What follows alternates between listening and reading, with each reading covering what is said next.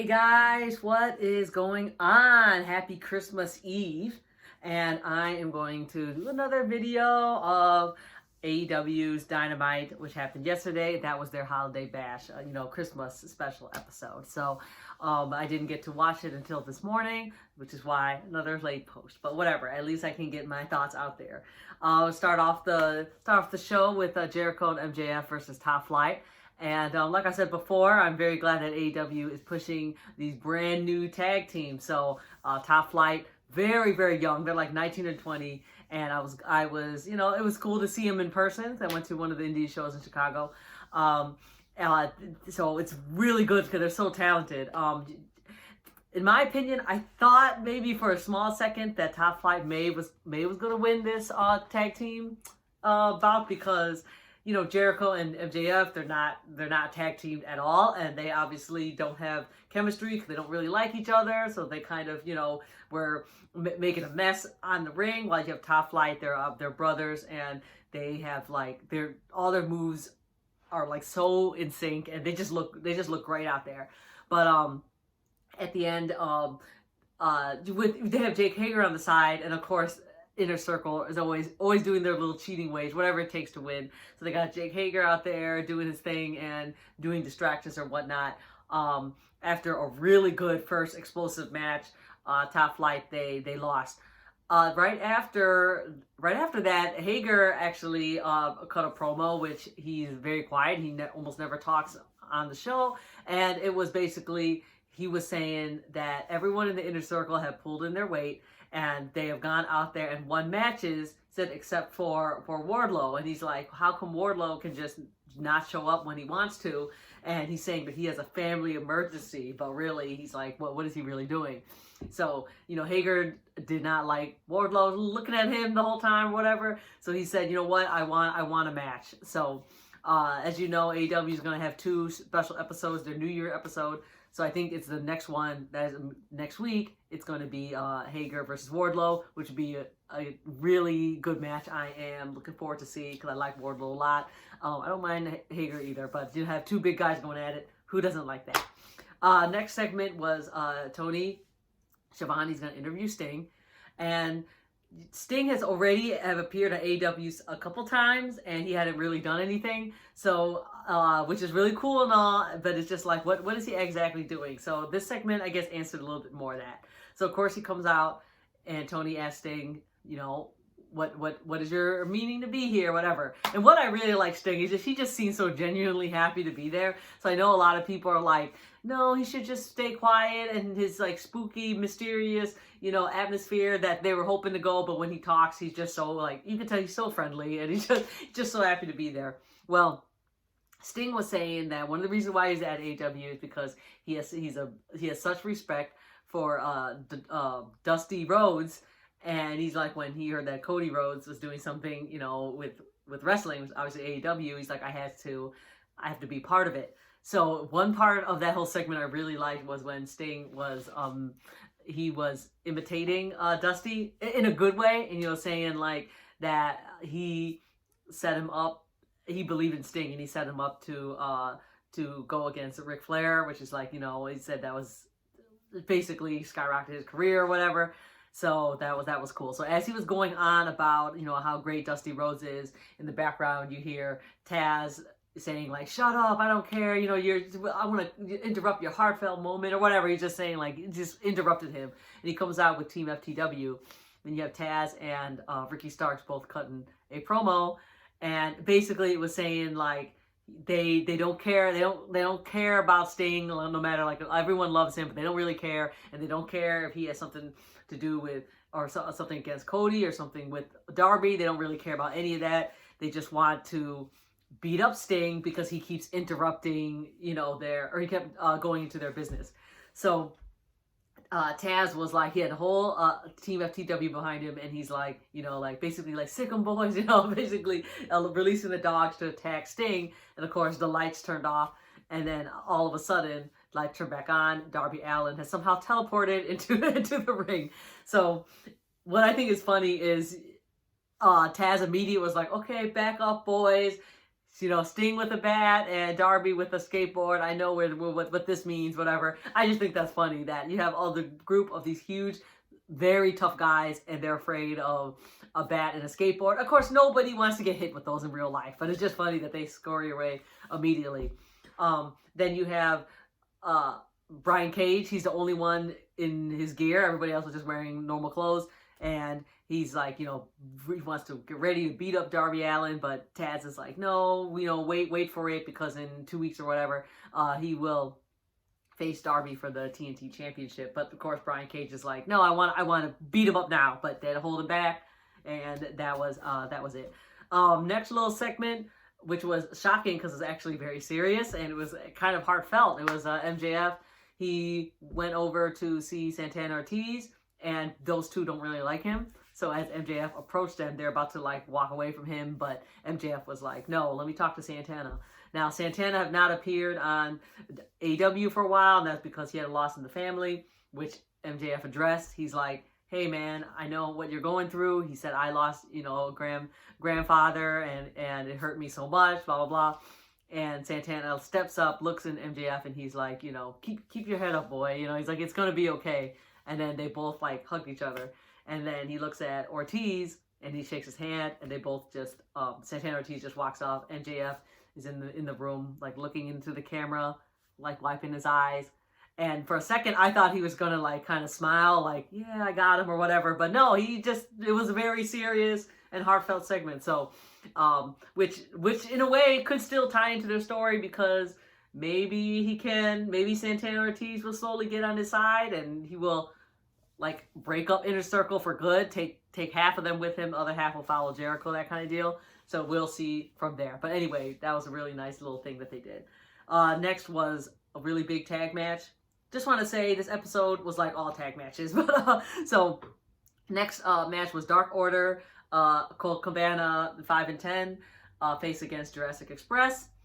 And what I will say that I thought was really funny about this is that Colt Cabana comes out, they all do that Dark Order little hand thing, and Colt is always like, hey, trying to look like a gym teacher, doofus looking, but this time, if you watch him, he starts going like this, and then he's like, no, and he just keeps waving. I just thought that was really funny. Both of these teams are really good. You got Jurassic Express, that's always looking fantastic. They're currently number 3. They're always in the rankings and then not, but that's because they're always on Dark mostly, but because they're so young, so they're still learning. But Jungle Boy is obviously going to be a big star one day. They're a very popular team. He has a great look. So now, no surprising, Jurassic Express got the win over Dark Order. And as they were celebrating their win, the screen cuts, and it is Tully with FTR, and they are cutting a promo. And it was basically Tully saying that FTR, they're gonna destroy all the tag teams again because they want to get back up and get the titles from Young Bucks. So they're gonna start with Jurassic Express. And Tully is saying something about he don't like dinosaurs interfering or whatever. So just a quick note, what I think, I know they're trying to build this feud with FTR and Jurassic Express. At this moment, I'm not really feeling it for the only reason, and I don't know, this is just my personal take. I see FTR as really, really top tier, and they are. They're right there. They're number 1 in PWI, up there with Young Bucks and all the other super popular teams, and to face Jurassic Express or to go a feud with them, when I see Jurassic Express will at most be top mid-card, with Jungle Boy in my opinion, Jungle Boy has to split from them to be, top tier. But at the moment, they're just very mid-card. They're obviously on Dark all the time. That's how they get their wins. And FTR is feuding with them when they're a low-ranked team. I don't know. That's just my take. But of course, this is their way of pushing Jurassic Express, which, again, do they need a push? Because they're very popular. But anywho, so what I like about this promo is at the end, Tully was saying to Marco Stunt that if Marco Stunt interferes, he's going to bring back the 80s on him. So that's pretty cool. So I can't wait to see how is that going to turn out. Let's see. Next, we have Kenny Omega and Don Callis little segment. And in my opinion, I absolutely love this. I love that both of them are just tearing it up in Impact and in AEW. They're both acting like the biggest dicks out there, which is fantastic. So this segment, they both have said some really funny things. You had Don Callis, who was saying, like, how is Tony Khan running his promotion? He's just letting wrestlers do whatever they want, and you know, they're making their own matches now. He's like that wouldn't happen on my show, and I'm like, I think it does. and then when they cut to Kenny, they're basically asking him what he thinks about Rey Fenix, and Kenny was saying that Rey hurts himself a lot, which is true, and he's like, so if he already lost against his brother, who he obviously loves, and his brother loves him back, and he keeps getting hurt in all these other matches and whatever. He's like, what's going to happen when he faces me? He's like, I don't even like him. So not only is he going to lose against me, I'm going to like end his career. And then the funny part was like, if I end his career, where is he going to go? Is he going to go to Impact? And Don's like, no, I don't think he's going to go to Impact. He's going to, maybe AAA will take him. I just thought that was funny. So, yeah, that's going to be a really big match for the New Year's Smash thing, and that's obviously one that myself and everybody else is looking forward to. So Kenny Omega, Rey Fenix for the world title in the New Year's episode. And then the next is Pac versus Butcher, and you have Eddie Kingston on commentary. And again, I am a huge fan of Eddie Kingston, and I couldn't even really watch this match because if you rewatch it and just listen to what Eddie has to say on the mic, it is hilarious because the whole time, for some reason, he just hates Tony Schiavone and he is just ripping on him the whole entire time. I mean, he was like saying like, who are you? What do you actually do here? And then as Tony was trying to promote the New Year's episode, Eddie Kingston interrupts him. And Tony's like, can you shut up for a second and not interrupt me when I'm trying to promote the show? I mean, it's just little stuff like that. And I'm telling you, Eddie was on that the whole entire match. Like, it was just like, it was very distracting, but for me, it was hilarious. There was another great match. It's probably one of the better matches of the night because it's a singles match. But Butcher lost, and it was probably because of Eddie Kingston, because the whole time he almost beated Pac up, and Eddie is just yelling from the table to the ring, which obviously no one can hear you, but he's like waving his hands, so that's distracting Butcher, and he's looking at him like, what is he saying? But so that was created a big enough distraction that gave Pac the win. But since Eddie knew that Butcher could not hear him, he started running down, and as he's running down to the ring, Lance Archer just came over and just beat Eddie up. So we got that going. So I'm very sure that whole thing is going to end up in one big tag team at the end. And I'm kind of curious where this Lance Archer thing going, because of course right now it's Lance and Pac do not like Eddie Kingston, but Lance doesn't like anybody. So we're just going to see, is he going to team up with Pac or eventually try to kill him too? But he's probably going to try to kill him. So, and then next, let's see, we have the Jade Cargil promo. Now, in my opinion, with this storyline, Jade has already signed to AEW full time. She has a lot of followers. I mean, she is a really good looking, really good looking lady. She's extremely fit, tall. She just has a really, really good look. Obviously, does she know how to wrestle? I mean, I have not seen, she should be on Dark Wrestling or something. I have no idea. Or is she going to be like a valet or a manager? I have no idea. So, yeah, so I don't know where the storyline's going, but she did in her promo say okay, well, she's supposed to be against Brandi, right? But now Brandi announced that she's pregnant. So it's like, okay, she can't face Brandi, so who she's going to face next? The obvious choice to me would be to face Red Velvet and give Red Velvet a big push. The only thing with that is that Jade is new too, so I guess you could try to push two new people at the same time, whatever. But just kind of curious where this is going. But that was a very short promo. That was like 1 minute. I'm going to keep going. Again, sorry, this may not be in total order. I just try to remember what happened. The next segment, a lot of segments, and it's my favorite one. And I've, said this many times on Twitter and on YouTube. The Miro, Kip Sabian, bachelor party, wedding, whatever. That's my favorite storyline of the year. No, it's not. So then you have Miro, Kip, and Penelope. They were out, and they were saying they were going to finally announce their wedding date or whatever. One of my friends on Twitter have mentioned, because I talk about this on Twitter, that this storyline and the announcement to the wedding have I think almost or about to be longer than Rio's reign as woman champion. Just think about that. That's pretty sad. I don't know, because this should have been over and done with. Because I think this is one of the weakest storylines ever.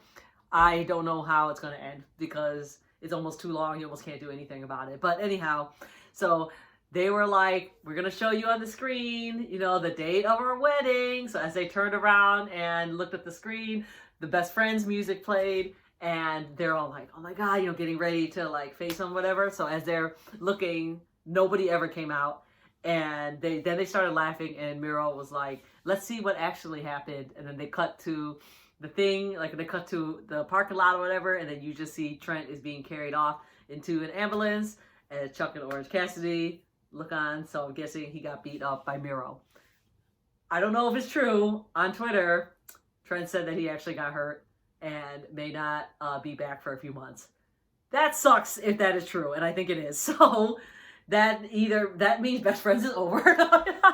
No, I mean what it could be is we could have the Gentleman Club back. That would be a dream for me. But anyway, so I don't know if that's true. I think it is. So I guess he is hurt, and that's why they did that, so he could just be carried off into the sunset.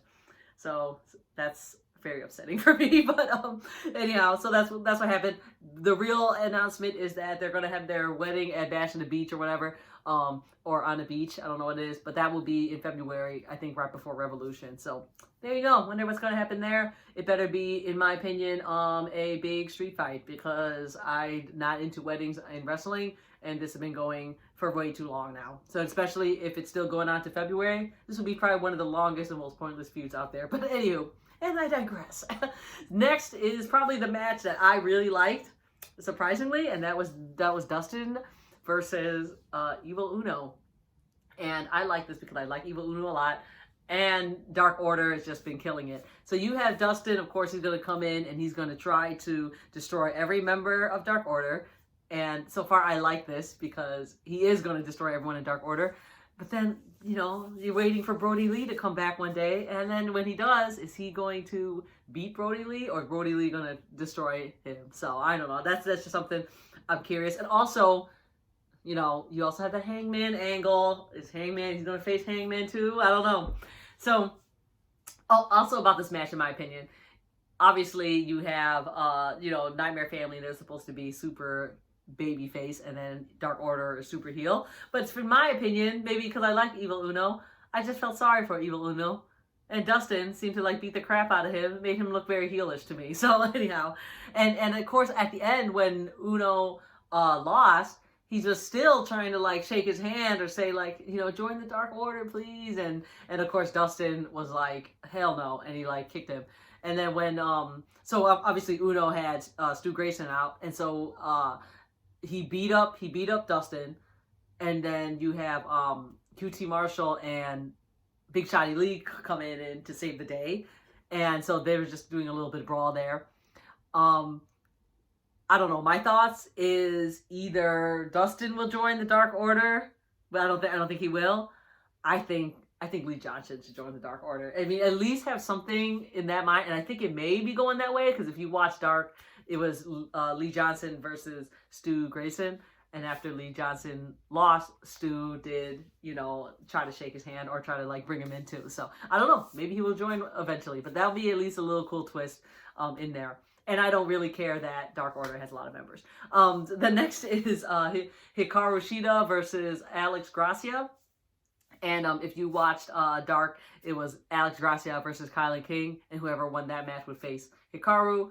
I thought Kylan King was going to win it because she's been winning a couple of matches in dark, but it ended up being Gracia, which is cool because she has a great look. I really like her gear. Her gear is very Sailor Moonish with a lot of bling. So it's good to have Alex in the big spotlight like in Dynamite. So of course this was a squash match, but we were here because we're more interested in, of course, Hikarushita versus Abaddon. So right before Shida went into the ring, you got Abaddon attacking her. And it's funny because Michael Nakazawa was there to split things up. That was totally random. As the match was going on, Hikaru was very distracted by Abaddon, and she even tried to, beat her up before the 10 count. After the match, of course, Hikaru won. They still were fighting outside the ring, and Abaddon basically got Shida's head and then totally bit her on the neck like a vampire or zombie, one of those things. So that was pretty cool. I mean, some people don't like this because it's super silly, I guess, but I feel like every wrestling promotion, you need like a really, really crazy character like Abaddon. And if she's crazy, she's obviously going to do crazy stuff like that. So I really like it. We're going to have the Hikarushita and Abaddon world title match in one of the New Year's episodes. Last, we have Young Bucks versus the Acclaimed. That's your main event. I'm sorry, I wasn't really invested in this thing because just like me and a lot of people, the Acclaimed are brand new and they already have a title match.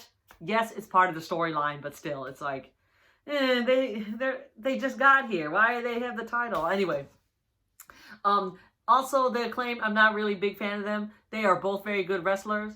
I think they were either on WWE for a very short time. I don't remember. But regardless, they were good wrestlers. It's just that I just don't like their rap gimmick. So, I mean, they could look like rappers and act like it, but then don't rap. And earlier in the episode, they had like a their own music video, like a real music video. I totally skipped that. I didn't even watch that. So anyhow, not much to say about this match because I didn't watch it that well. I'm sorry, guys. Of course, you got Young Bucks winning at the end. Acclaimed, they were trying to cheat with the boombox again.